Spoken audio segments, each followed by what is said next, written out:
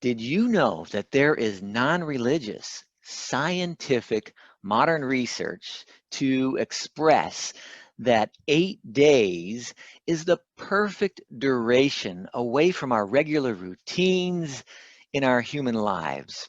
Whether we call them vacations or staycations, festivals, feasts, or whatever, this offers more proof to express that our Maker, our Creator, has had this figured out thousands of years ago, as expressed in His written Torah.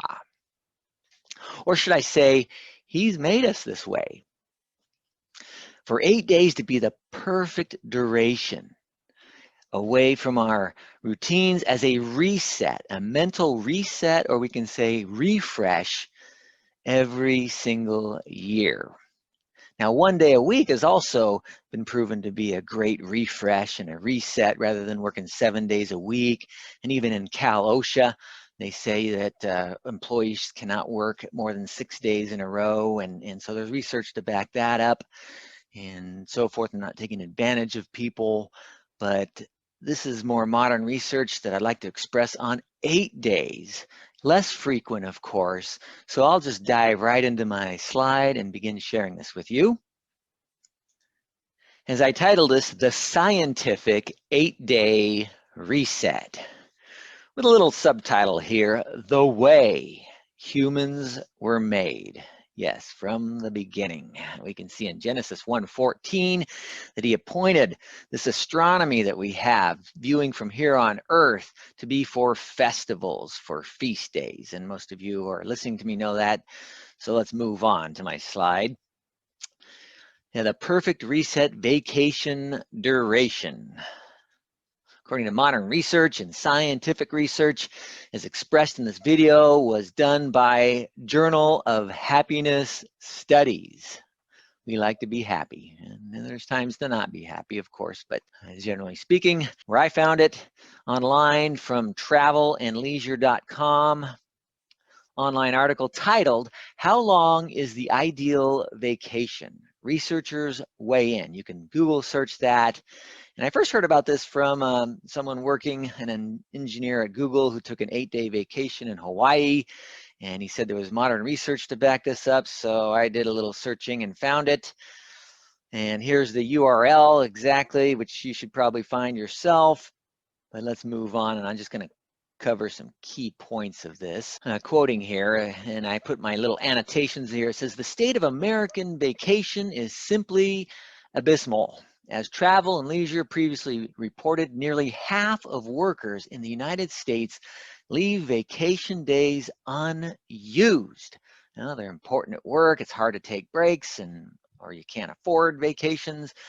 Well, getting back to the quote here, it says, and when they do take a vacation, they tend to only enjoy a 4-day break.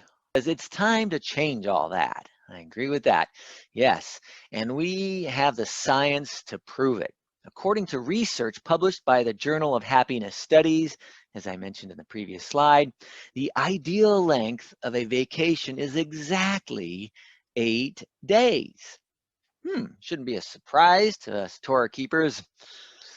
As the researchers noted, a vacationer will feel an increase of happiness over the first several days of a vacation, with a feeling of peaking on the 8th day. Now, the Times Payam, or however you pronounce that, I believe that's in New Orleans. Nevertheless, though, here it says, moreover, an 8-day trip gives travelers enough time to get unpacked, get their bearings, and settle into a new, more relaxed routine. Hopefully it's more relaxed routine and you don't need those alarm clocks and can enjoy it. Sometimes we need a vacation from our vacation, but this is referring to trying to make it not so stressful, but it's definitely a reset from our regular routines, which is needed regardless, in my opinion. Continuing at the bottom of this slide, it says, after the 8th day, those positive vibes and wellness benefits start to taper off, according to the researchers' findings. And if you scroll down to that article, here's another part I've annotated here. It says, and The researchers noted in their conclusion, it takes some time to wind down after a stressful work period and acclimatize to vacation. And the benefits of an 8-day vacation may be well worth the time off sacrifice. Yes, it's a financial sacrifice or other sacrifices of our time to prepare, to plan, and even afterwards getting back into the swing of things. Nevertheless, here, getting back to the quote, as travelers will discover they're sleeping better, feeling diminished stress, and experiencing an overall feeling of well-being long after the returning home. And only for these reasons alone, we should all be planning to take longer vacations. It says asking why we should keep going on vacations is comparable to asking why we should go to sleep, considering the fact that we get tired again. Continuing on here, it says simply taking time away from what stresses you out, be it work or responsibilities around the house, whatever our regular routines are, year round, will likely provide you with the same positive benefits as an 8-day trip abroad. So of course, taking a large block of PTO days can help you experience some exciting, more far-flung destinations. And so what they're referring to is, as it says up above here, I think I forgot to quote that, it says, but this doesn't mean you need to pack your bags for an all-around-the-world getaway. Even people who choose to stay close to home, we call them staycations, I've heard that more and more these days, will reap the same physical and psychological benefits. So that just goes to show you that this travel information that wants you to go traveling and vacationing, they're admitting that even if you're staying local to home, you still get the mental reset benefits of it, whether you're spending a lot of money or not. You don't have to spend a lot of money. You can be cost efficient with it. But moving on to my next slide here is that the Torah 8-day resets, they come with promises and blessings, not to mention just what we talked about in the mental and physical reset of our minds. Getting to Leviticus 23, verses 33 through 37. Then Yah spoke to Moshe, saying, speak to the children of Israel, saying, the 15th day of the 7th month shall be the Feast of Tabernacles. That Hebrew word, as many of you know, is Sukkot. For 7 days unto Yah, Yud-He-Vavi, that holy name. Verse 35, on the first day there shall be a holy convocation, that's a Mikra Kodesh, holy. You shall do no customary work on it. For 7 days you shall offer an offering made by fire. Now it's not specific of what type of offering, so this leaves room for interpretation and also application to our modern cultures, depending on what culture we're living in, making offerings to him. And on the 8th day, you shall have another holy convocation. So it's not good to do a lot of work, unpack, and travel on a holy time period again on the 8th day. So this turns 7 days into an 8th day. And you shall offer an offering made by fire. Again, it's not specific, but a fire of offering a sacrifice, whatever that could be to you, to giving it to the Most High. And in this time, of course, to his ministry, and they give it in certain ways. And back then there was a temple and animal sacrifices, grain sacrifices, offerings, and so forth. But, however we can apply this to our lives today, we should. And continuing in this quote here of verse 36, it is a sacred assembly, and you shall do no customary work on it. That's customary occupational type work. It says in verse 37, these are the feasts of the Most High, that holy name, which you shall proclaim to be holy convocations. And we also can see that Pesach, aka Passover, is on the 14th day of the first month, that month of Aviv. And then there's 7 days of Matzot, we say unleavened bread, also offers another 8-day consecutive day of an annual reset, but it's different. It's not identical, not to be copied in every exact way, but we see 8 days there as well as a different type of a reset. But Sukkot, as we know, tabernacles, as expounded upon in my YouTube video. You can find that, or if you can't find it, let me know. But it's out there to kind of show how this Hebrew word in the Hebrew Tanakh, and even in the Brit Hadashah, the New Testament Greek language, is better than English, which expresses that Sukkot equals a temporary dwelling place, not a staycation where you just stay in your own regular homes and sleep in your regular beds every night. It's a temporary place for all those days. For all 7 plus 1 days equals 8 days. So let's take a look at the Sukkot promises plus the scientific mental benefits. In Deuteronomy, we say Devarim, chapter 16, verses 14 and 15, it says, and you shall rejoice in your feast. And of course, he calls them his feast back in Leviticus 23, but he wants to share them with us. We're to be one with him. So sometimes he calls them ours. In this case, we see that. He says, you and your son and your daughter. It's to be a family thing. Male servant, even any servants that would like to go, or co-workers, friends, employees, whatever, that are friendly and can be like allies and friends and respectful. Invite them along if they want to go. And even the stranger and the fatherless and the widow who are within your gates or within your influence, we can even say, that would like to go and be of the right mindset and respectful. Sometimes it's curiosity and they can learn a lot. Nevertheless, verse 15, 7 days here, this is referring to Sukkot in the context, you shall keep a sacred feast unto Yah your Elohim. Now, it's my translation there of short version of that holy name, in the place which Yah chooses, where he chooses. And you got to make sure that by the fruits of the people who are doing it there, who have been inspired and felt inspired, is by the fruits we can tell whether it's a place he's chosen, and the leadership and those who are going there. It's not just about quantity, it's about quality of believers. Anyway, getting on to this verse here, continuing, it says, because Yah, your Elohim, will bless you. And I put in there in parentheses, enough. This isn't a prosperity gospel, as they say, but he will bless you in all your produce and in all your work. It's not just agricultural here. Whatever your work is, of your hands, so that you will surely rejoice. Okay, he'll bless us enough to surely rejoice.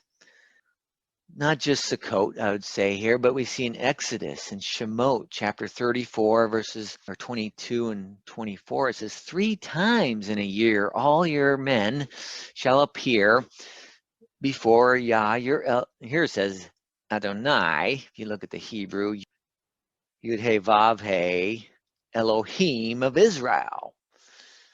Here, wow, we're saying we shall appear before him. And back then they didn't have good sound systems and bigger stadiums and places where you can hear. And there was, family. They didn't have mothers' rooms and places. So you can see in the earlier verse here in Deuteronomy, it is a family thing.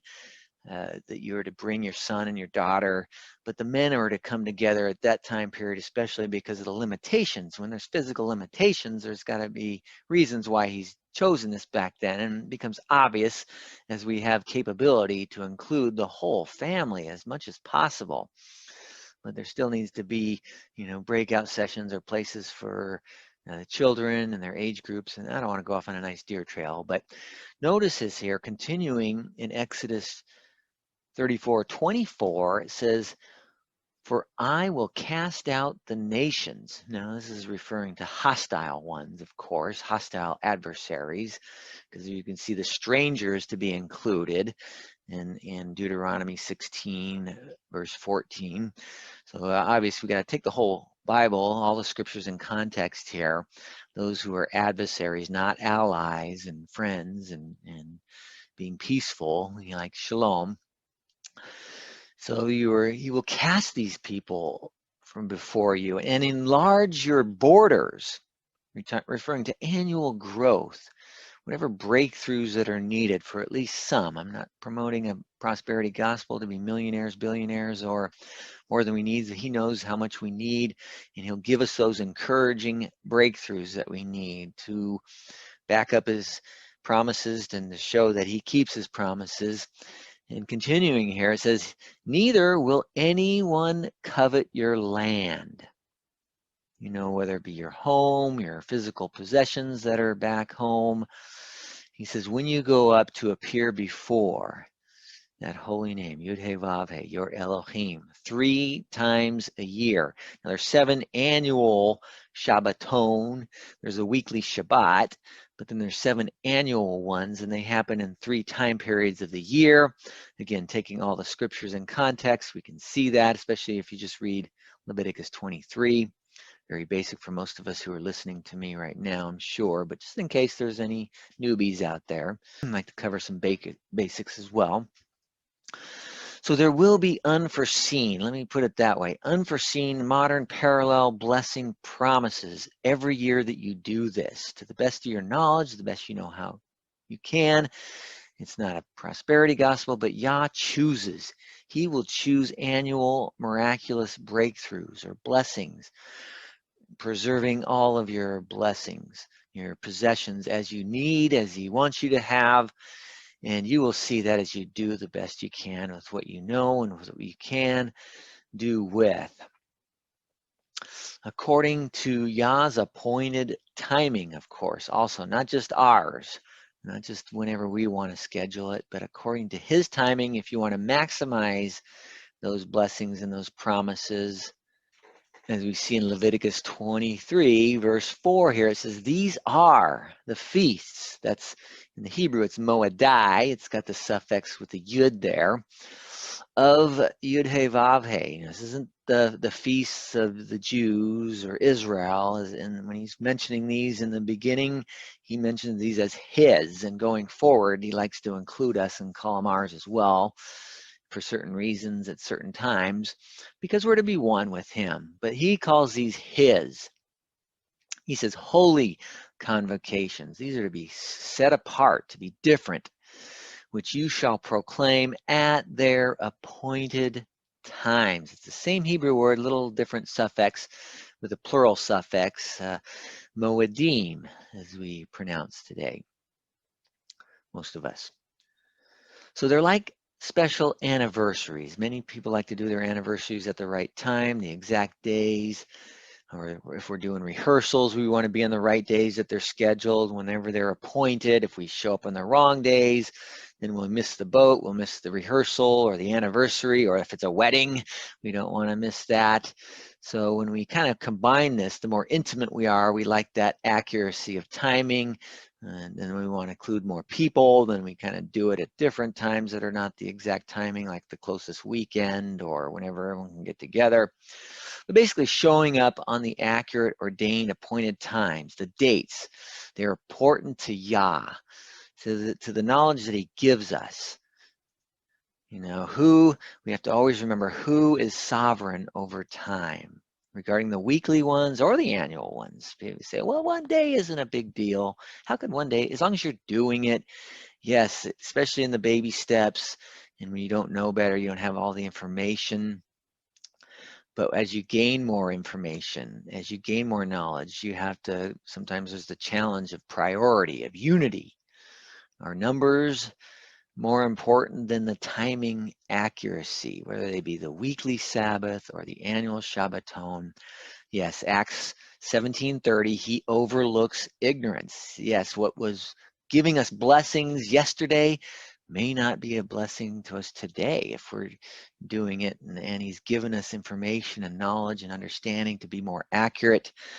And what we have today may not be a blessing in the future. If we're a little inaccurate today, we just don't know it. We're doing the best we can, or there's no one else doing it locally, so we just have to do it with whoever we can. Yes, we do have to do it, and the meaning of it and the purpose of it is more important than the accuracy of the timing, but trying to do it when we can and educate those if we don't have enough around us to do it with locally or wherever we can travel to do it. If we have physical limitations, He understands all that, but just doing the best we can, and he overlooks ignorance and also physical limitations. Absolutely, I don't want to be too much of an extremist when it comes to always doing it with the accurate timing, but do the best we can. For simply showing up to his feast at the timing appointed by him. We got to be careful that it's not man saying, well, we got authority to make these changes. And even though, yes, the information says that, we're going to do it when we think it's best, according to what's best for us, or the best for financial reasons or bigger numbers. Or if the priorities are wrong, then we will not reap the maximum blessings that he would like to give us. So we have to always ask ourselves, who are we doing this with? Who are we doing it for? And the more accurate information available to us, the more accountability and the more blessings when we're faithful to the accountability. Again, like I said, what we're doing today, if it's inaccurate or not as good as it should be, even in our personal lives, our moral decisions and everything, well, his grace and his mercy is wonderful, but he expects more of us and more from us as time goes on and more information is given to us.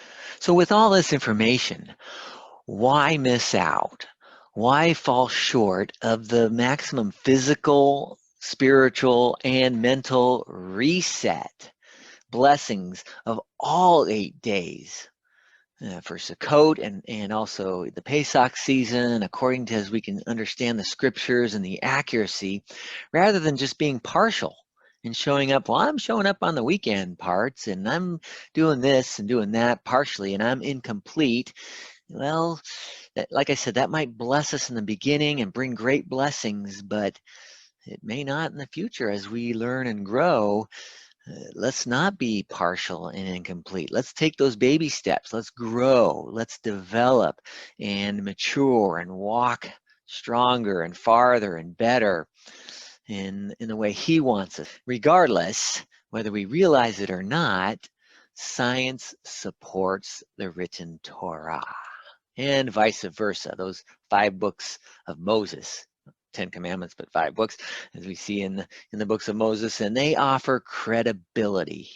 All that we see in those 5 books, credibility to support each other, science and Torah, in every topic from hygiene to dietary food laws to maximize our human health, the ecology, how to care for the ecology, the environment, astronomy, even in regarding to the creation of this earth and the sun and the moon and the stars and the solar systems and the whole universe, for whatever our puny minds and little technology can see with whatever we're looking out in there with. He knows so much more, and he's got all those stars named and created, and the Torah supports it. And there's laws. There are laws whether we can see them or not, like the law of gravity. Well, you may not know about it when you're little, and as you break it, it breaks you, and you learn your lessons from breaking these laws, and you learn to work within them and have fun within them, doing all kinds of adventures and even some dangerous activities, but be careful and be safe with those laws and be in compliance the best we can. And the degree that we break them, well, they break us, and there's chastening and there's penalties for breaking them. Sometimes they're small and little, and the degree that we break them, they get bigger and break us.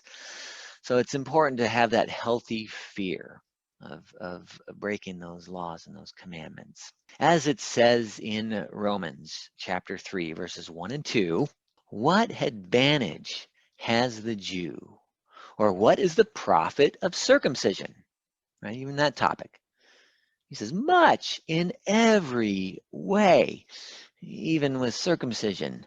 I'm not talking about mutilation types, there's brutal types, and of course never women, but according to Torah, on the 8th day of baby boys, and not to be mutilated. There's been a lot of abuse of this topic, but it never earns salvation. You keep any one commandment in the Bible is not going to earn your salvation. You repent of one or two or a few. You got to continue to learn and grow, and as you do them, there are blessings, there are advantages. That's simply what the apostle is saying here and writing here. He says, verse 2, he says, much in every way, chiefly because to them were committed the oracles. That's referring to the writings, not, halakha or the oral law, unless it's compliant with the written one. But these oracles are talking about the writings, the 5 books of Moshe and the prophets. We call it the Tanakh as an acronym. Most people know it as the Old Testament.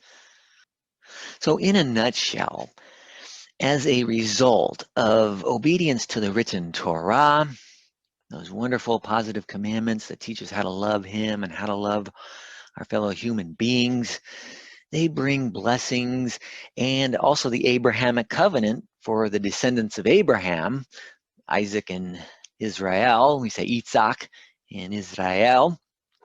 Yaakov was named Israel, meaning prevailer with him and with humanity. We all want to be prevailers. Well, the Jewish people also have reaped the physical blessings of the Abrahamic covenant, and also as they observe and religiously keep the Torah. Those physical blessings, mental, spiritual, and so can we, any of us, whether we're Rahab, Ruth, we can graft in. It's a grafting in theology, not a replacement theology. Much thanks to him.